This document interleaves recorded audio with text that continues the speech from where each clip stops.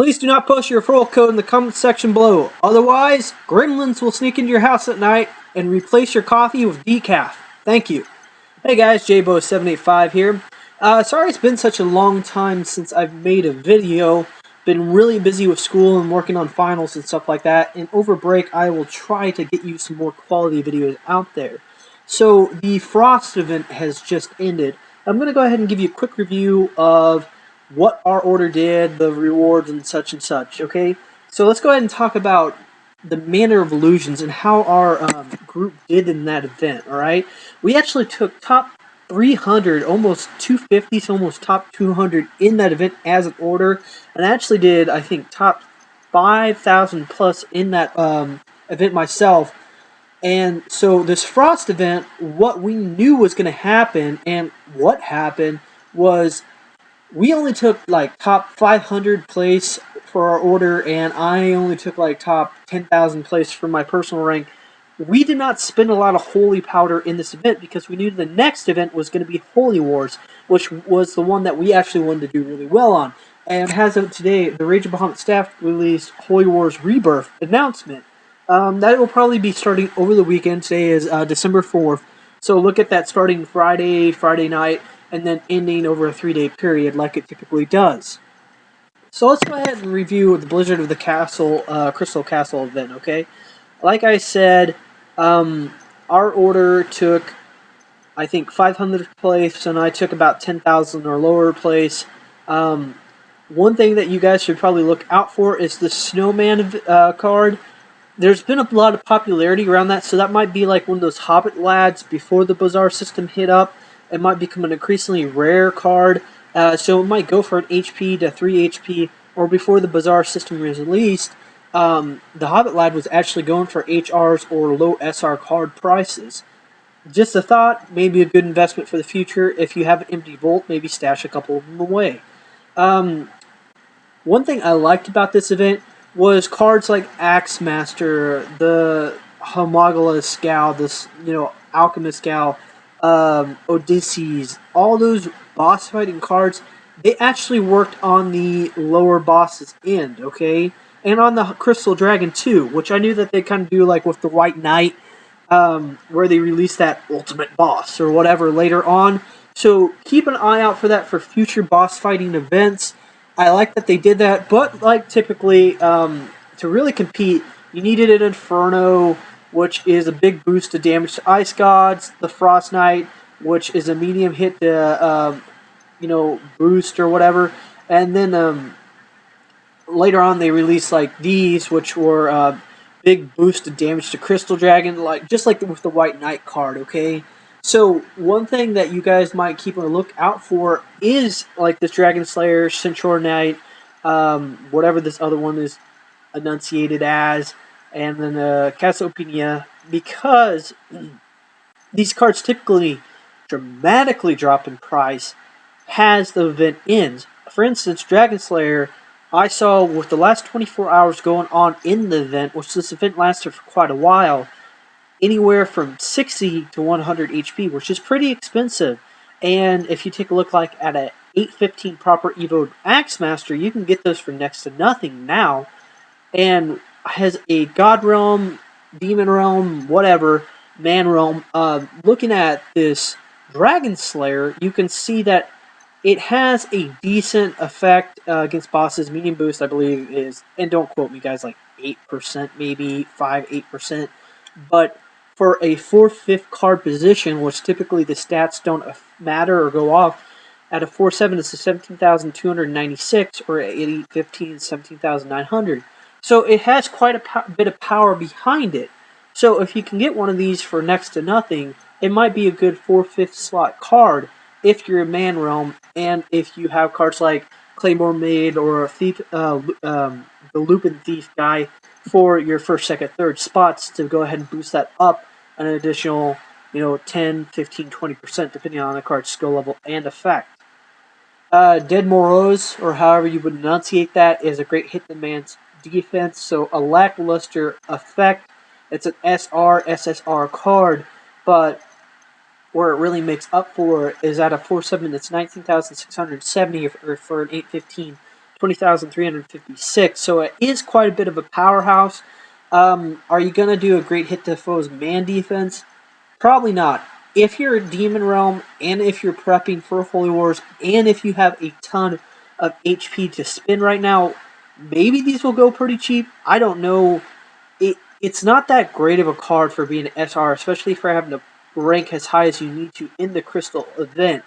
But if you're going up against pure man defense decks, like one of my buddies today in our order, he fought an Arthur and 4 Lancelots in this deck, okay? So this might be something that you need to bust through for one of those decks. Just a thought, just a possibility. And of course, the top ranking one is Crystal Dragon, which you have to rank so freaking high, guys. You know, the stats aren't even out on it. It's a massive boost to God's attack and defense. It's probably at least 20,000 plus attack. So it's a damn good card.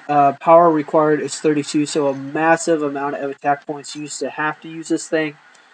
But, you know, chances are you're not going to be able to get your hands on one or afford one.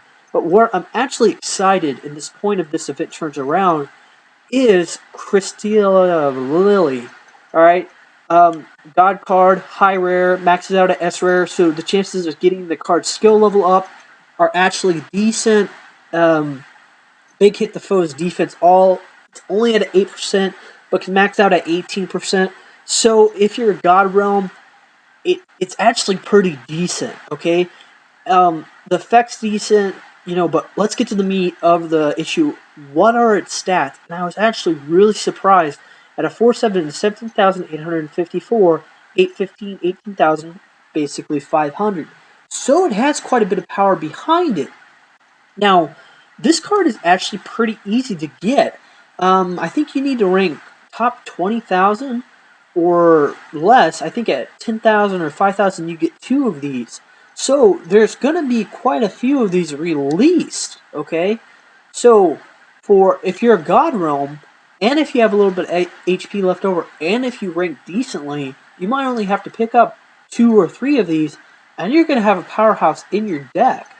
You know, even at the 4th or 5th slot, at that power level, it's really quite good. So, that is really what excited me about this event. This card might go for 18, 20 HP, maybe less, maybe more, who knows. But I think that would be around a fair price. So, that being said, let's just go ahead and finish up this video real quick. What do you need to do to prepare for Holy Wars? First thing, find yourself a goddamn good order, okay? That's more important than anything. Second, probably the most important issue, you're going to have an extremely good defense leader if you want to stand a chance. Honestly, guys, there are orders out there. The rest of them suck. Out of a 36-person order, they have one humongous pure defense leader. 350 plus defense points, and then they have just that one gigantic defense deck, like that Arthur and those 4 Lancelots. Just going to be damn near impossible to get around. If you run into a deck like that, and if they have really low defense points, so like 130, 150 defense, which very well might run into, because you do have people like that, the trick is this, okay? Mass attack them, having one of your attack leaders, probably the best one in there, okay? Go ahead and attack like a bunch of noobs, 10 defense players, okay? Get that 30% attack boost. Drop their defense points down to 190. So they're no longer using those top 5 cards. Now they're using top 4, top 3, and a couple crappy cards, okay? Then have that attack leader attack them, and chances are you will win. That is a way to get around it. Or you'll run into orders that are inactive with just that one pure defense deck. And another way to get around that is you have to attack the wall. So your accumulation of points is going to be next to nothing, but it's a way to get around and to win battles. And our order actually did that. Possibility of awards, you might see gem reward again. Win 10 battles, you get 100 gems. Win 30 battles, you get 300. Win 50 battles, you get 500, or something around that, guys. Don't quote me exactly. So, really, in my honest opinion, what I've seen in the last Holy Wars, the gems for the possibility of getting that SSR and up pack for the 2,000 gems was in fact a better reward than the cards given out. So that's what I'd focus on. Another good idea is start slow. Don't get really high ranked right away, okay? Just try to win the battles, conserve some of your HP, and then the last day go all out, okay? Try to win as many battles as you can, but don't blow all your HP. Don't declare war unless you have at least 10 out of the 36 people in your order there to help you participate.